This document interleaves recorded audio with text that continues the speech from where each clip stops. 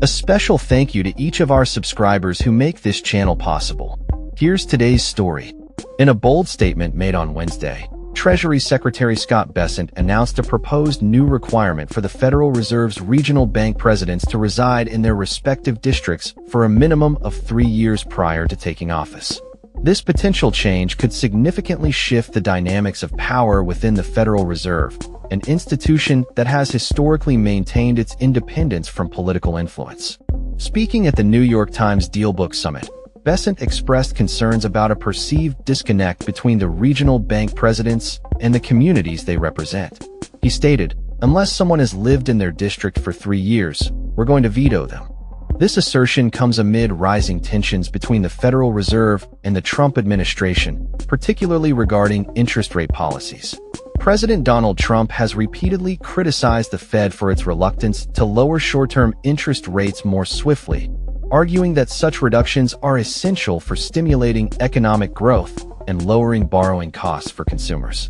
Bessent's remarks reflect a growing frustration with the current structure of the Federal Reserve, particularly the fact that some regional presidents have been appointed from outside their districts, including ties to New York. "I'm not sure that's the way the Federal Reserve was designed," he remarked, highlighting the need for regional representation in the Fed's decision-making processes.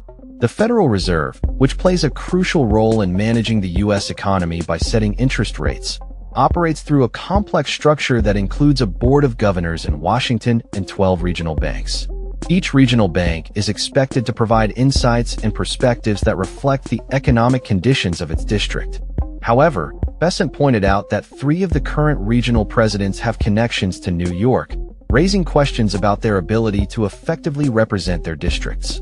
This proposed residency requirement could be seen as an attempt by the White House to exert more control over the Federal Reserve, a move that may not sit well with those who advocate for the Fed's independence. The current law allows the Fed's board in Washington to block the appointment of regional bank presidents, providing a mechanism for oversight.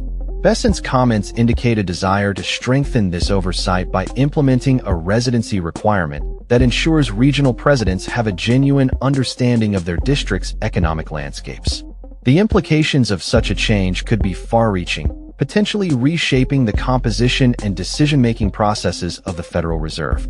As the administration continues to scrutinize the Fed's policies, the question remains whether Congress will need to intervene to formalize this requirement. The Federal Reserve's role in managing inflation and supporting employment is critical, and any attempt to alter its structure must be carefully considered to avoid undermining its effectiveness.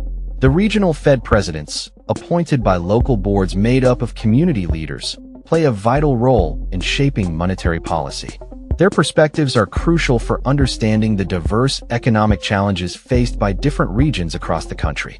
Bessent's proposal could potentially limit the pool of candidates for these important positions, raising concerns about the diversity of viewpoints represented within the Federal Reserve.